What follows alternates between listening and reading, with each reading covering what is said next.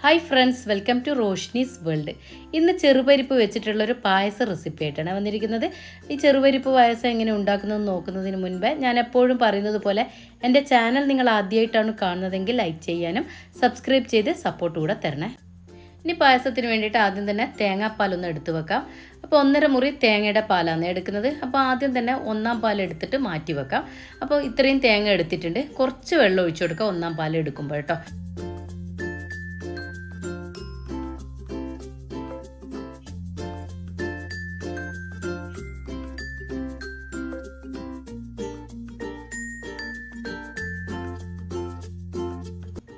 ഇത്രയും ഒന്നാം പാൽ എടുത്ത് വെച്ചിട്ടുണ്ട്. ഇതൊരു ബൗളിലോട്ട് മാറ്റി കൊടുത്തതിന് ശേഷം അങ്ങോട്ട് മാറ്റി വെക്കാം. ഇനി നമ്മൾ ഒന്നാം പാലെടുത്ത് അതേ തേങ്ങയിൽ തന്നെ കുറച്ചേറെ വെള്ളം ഒഴിച്ചു കൊടുത്തിട്ട് രണ്ടാം പാലും കൂടെ അടിച്ചെടുക്കാം. ഞാൻ രണ്ടാം പാല് 2 തവണയാക്കിയിട്ട് തന്നെ അടിച്ചെടുക്കുന്നത്.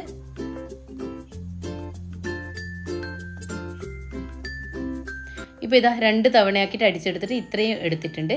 ഈ ഒരു തിക്നെസ്സിൽ അങ്ങോട്ട് മാറ്റി വെക്കാം.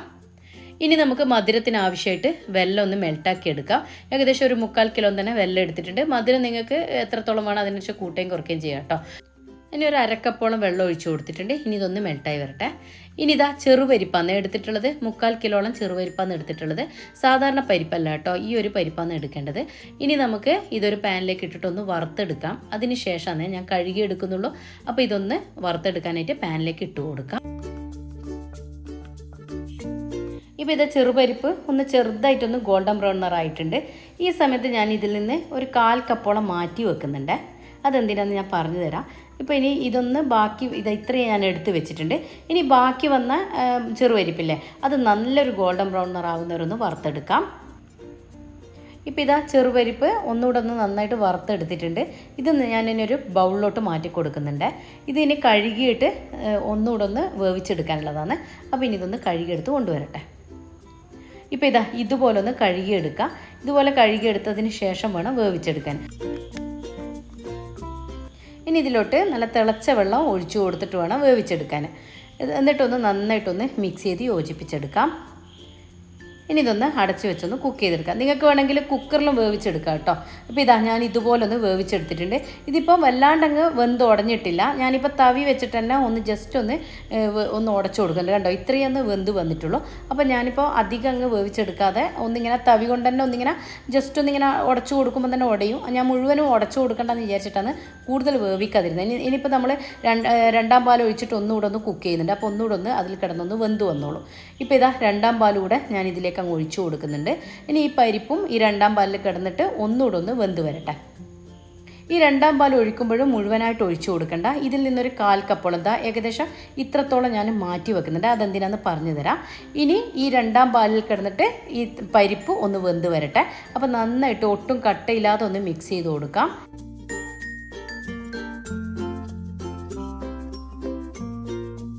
ഇപ്പോൾ ഞാൻ നന്നായിട്ട് മിക്സ് ചെയ്തിട്ടുണ്ട്. അതൊന്ന് തിളച്ച് വരുമ്പോഴേക്കും ഇതുപോലെ 2 ചെറുപഴമാണ് എടുത്തിട്ടുള്ളത്. ഇത് നമുക്കൊന്ന് കട്ട് ചെയ്തിട്ട് മിക്സിയുടെ ജാറിലേക്ക് ഇട്ട് കൊടുക്കാം. ഇനി കട്ട് ചെയ്ത് വെച്ച പഴത്തിലോട്ട് നമ്മൾ മാറ്റി വെച്ച ഈ തേങ്ങാപ്പാലില്ലേ, രണ്ടാം പാലിൽ നിന്ന് കുറച്ച് മാറ്റി വെച്ചത്, അത് ഒഴിച്ചിട്ട് വേണം അരച്ചെടുക്കാനേ. ഇതുപോലെ നല്ല സ്മൂത്തായിട്ട് അരച്ചെടുക്കാം. ഒട്ടും കട്ടയില്ലാതെ വേണം അരച്ചെടുക്കാൻ. ഇതങ്ങോട്ട് മാറ്റി വെക്കാം. ഇനി രണ്ടാം പാൽ ഒന്ന് തിളച്ച് വരുമ്പോൾ നമ്മൾ മാറ്റി വെച്ച ഈ ചെറുപരിപ്പില്ലേ, അത് ഈ സമയത്ത് ഇട്ട് കൊടുക്കാം. എന്നിട്ട് നന്നായിട്ട് ഒന്നുകൂടെ ഒന്ന് മിക്സ് ചെയ്തിട്ട് ഇപ്പം ചേർത്ത് കൊടുത്ത ചെറുപരിപ്പും കൂടെ ഒന്ന് വെന്ത് വന്നോട്ടെ. ഇപ്പോൾ രണ്ടാമത് ചേർത്ത് കൊടുത്ത ചെറുപരിപ്പ് നന്നായിട്ട് വെന്ത് കിട്ടിയിട്ടുണ്ട്. വല്ലാണ്ടങ്ങ് വെന്ത് ഉടയണമെന്നില്ല. ആ ഫസ്റ്റ് ചേർത്തത് ഒന്ന് ഉടഞ്ഞ് കിട്ടിയാൽ മതി. രണ്ടാമത്തത് ചെറുതായിട്ട് കടിക്കുന്ന പാകത്തിൽ കിട്ടണം. പരിപ്പ് വേവിച്ചതിന് ശേഷം ഇതിലോട്ട് മധുരം ചേർത്ത് കൊടുക്കാം. അപ്പോൾ നമ്മൾ മെൽറ്റ് ചെയ്ത് മാറ്റി വെച്ച വെല്ലയില്ലേ, അത് നമുക്കൊന്ന് അരിച്ചൊഴിച്ചു കൊടുക്കാം. അതിലെന്തെങ്കിലും കച്ചറണ്ട പോകാൻ വേണ്ടിയിട്ട് അരിച്ചൊഴിച്ചു കൊടുക്കുന്നത്. അതുപോലെ പരിപ്പ് വേവിക്കുന്ന സമയത്ത് വെള്ളം ചേർത്ത് കൊടുത്താൽ പരിപ്പ് പെട്ടെന്ന് വെന്ത് കിട്ടത്തില്ല കേട്ടോ. അപ്പോൾ ഇങ്ങനെ ചേർത്ത് കൊടുക്കുന്നതാണ് ബെറ്റർ. അപ്പോൾ നന്നായിട്ട് ഇതൊന്ന് മിക്സ് ചെയ്ത് കൊടുക്കാം. ഇപ്പോൾ കണ്ടോ, നന്നായിട്ട് ഇത് തിളച്ച് വന്നിട്ടുണ്ട്. ഇതുപോലെ ഒന്ന് തിളച്ച് വരുന്ന സമയത്ത് നമ്മൾ നേരത്തെ പഴം ഒന്ന് രണ്ടാം പാലിൽ അടിച്ച് മാറ്റി വെച്ചിട്ടുണ്ടായിരുന്നില്ലേ, അത് നമുക്ക് ഈ സമയത്ത് ഇതിലേക്ക് അങ്ങ് ഒഴിച്ചു കൊടുക്കാം. എന്നിട്ട് നന്നായിട്ടൊന്ന് മിക്സ് ചെയ്ത് യോജിപ്പിച്ചെടുക്കണം. പഴം ചേർത്തതുകൊണ്ട് തന്നെ കൈവെക്കാതെ ഇളക്കി കൊടുക്കാൻ ശ്രദ്ധിക്കണേ. പെട്ടെന്ന് അടിക്ക് പിടിക്കാൻ സാധ്യതയുണ്ട്. ചെറുപഴം തേങ്ങാപ്പാലിൽ അടിച്ച് ചേർത്തതുകൊണ്ട് തന്നെ നന്നായിട്ട് കുറുകി കിട്ടും. അതുപോലെ നല്ലൊരു ടേസ്റ്റും കേട്ടോ ഇങ്ങനെ ചേർത്ത് കൊടുക്കുമ്പോൾ. ഇനി നമുക്കിത് ഫ്ലേവറിന് വേണ്ടിയിട്ട് ഒരു 3/4 ടീസ്പൂണോളം ചുക്ക് പൊടി ഇട്ട് കൊടുക്കാം. അതുപോലെ 1/4 ടീസ്പൂൺ മുതൽ 1/2 ടീസ്പൂൺ വരെ ചെറിയ ജീരകം പൊടിച്ചത് ഇട്ട് കൊടുക്കാം. അതുപോലെ തന്നെ ഫ്ലേവറിന് ആവശ്യമായിട്ടുള്ള ഏലക്ക പൗഡർ കൂടെ ഇട്ട് കൊടുത്തിട്ട് നന്നായിട്ടൊന്ന് മിക്സ് ചെയ്ത് യോജിപ്പിക്കാം. ഇതിങ്ങനെ മിക്സ് ചെയ്ത് യോജിപ്പിച്ചതിന് ശേഷം 1-ാം പാൽ ഒഴിച്ചിട്ട് വേണമെങ്കിൽ കുറച്ചുകൂടെ ചേർത്ത് കൊടുക്കാം കേട്ടോ. ഇനിയിപ്പോൾ ഇതാ 1-ാം പാലൂടെ ഒഴിച്ചു കൊടുക്കാം. ഇപ്പോൾ ഇതാ ഞാൻ ഒഴിച്ചു കൊടുക്കുന്നതിൻ്റെ ക്ലിപ്പ് എന്നോട് മിസ്സായിപ്പോയതാ കേട്ടോ. ഇനി ഇതെല്ലാം കൂടി ഒന്ന് മിക്സ് ചെയ്തെടുക്കട്ടെ. ഇനി മധുരം ബാലൻസ് ചെയ്യാൻ വേണ്ടിയിട്ട് ഒരു നുള്ളു ഉപ്പ് കൂടെ ഇട്ട് കൊടുക്കുന്നുണ്ട്. എന്നിട്ടൊന്ന് മിക്സ് ചെയ്തതിന് ശേഷം ഇതങ്ങോട്ടേക്ക് മാറ്റി വെക്കാം. ഇനി നമുക്കിതിലോട്ട് കാഷ്യൂ റൈസിൻസ് ഒക്കെ ഒന്ന് വറുത്തിടണം. അതിനായിട്ട് 2 ടേബിൾ സ്പൂൺ ഗീ ഒരു പാനിലോട്ട് ഒഴിച്ചു കൊടുക്കുന്നുണ്ട്. ഗീ ഒന്ന് മെൽട്ടായി വരുമ്പോൾ ഒരു 1/4 കപ്പോളം തേങ്ങാക്കൊത്തുകൂടെ ഈ എണ്ണയിലേക്ക് ഇട്ട് കൊടുത്തിട്ട് നന്നായിട്ടൊരു ഗോൾഡൻ ബ്രൗൺ നിറാവുന്ന വരെ നമുക്കൊന്ന് ഫ്രൈ ചെയ്തെടുക്കാം. ഇനിയിപ്പോൾ തേങ്ങാക്കൊത്തിന് പകരം നിങ്ങൾക്ക് വേണമെങ്കിൽ കൊപ്രയില്ലേ അതും ചെറിയതായിട്ട് കട്ട് ചെയ്തിട്ട് ഇട്ട് കൊടുക്കാം കേട്ടോ. ഇനി ഇതാ ഒന്ന് കളറ് മാറി വരുന്ന സമയത്ത് ഇതിലോട്ട് 1/4 കപ്പ് തന്നെ കാഷ്യൂ നട്ട്സ് കൂടെ ഇട്ട് കൊടുക്കാം. കാഷ്യൂ നട്ട്സും തേങ്ങാക്കൊത്തും വറുത്തതിന് ശേഷം വേണം റൈസിൻസ് ഇട്ട് കൊടുക്കാൻ കേട്ടോ. കാരണം റൈസിൻസ് പെട്ടെന്ന് കരിഞ്ഞു പോലോ, എല്ലാം ഒന്നിച്ചിട്ട് തന്നെ വറുത്തെടുക്കുന്നതുകൊണ്ട് ലാസ്റ്റ് വേണം റൈസിൻസ് ചേർത്ത് കൊടുക്കാം. ഇപ്പോൾ അതൊന്ന് ഗോൾഡൻ ബ്രൗൺ നിറായി വരുമ്പോൾ സമയത്ത് വീണ്ടും റൈസിൻസ് ഇട്ട് കൊടുക്കാം. അതും 1/4 കപ്പ് തന്നെയാണ് ഇട്ട് കൊടുക്കുന്നത്. കാഷ്യൂ റൈസിൻസും തേങ്ങാക്കൊത്തൊക്കെ നിങ്ങൾക്ക് എത്രത്തോളം വേണോ അതിനനുസരിച്ച് കൂട്ടുകയും കുറയ്ക്കുകയൊക്കെ ചെയ്യാം കേട്ടോ. ഇപ്പോൾ ഇതാ നന്നായിട്ടൊരു ഗോൾഡൻ ബ്രൗൺ നിറാവുന്നവരൊന്ന് വറുത്തെടുത്തിട്ടുണ്ട്. ഇപ്പോൾ ഞാൻ ഈ നെയ്യോട് കൂടിയിട്ടാണ് ഇത് പായസത്തിലോട്ട് ഒഴിച്ചു കൊടുക്കുന്നത്.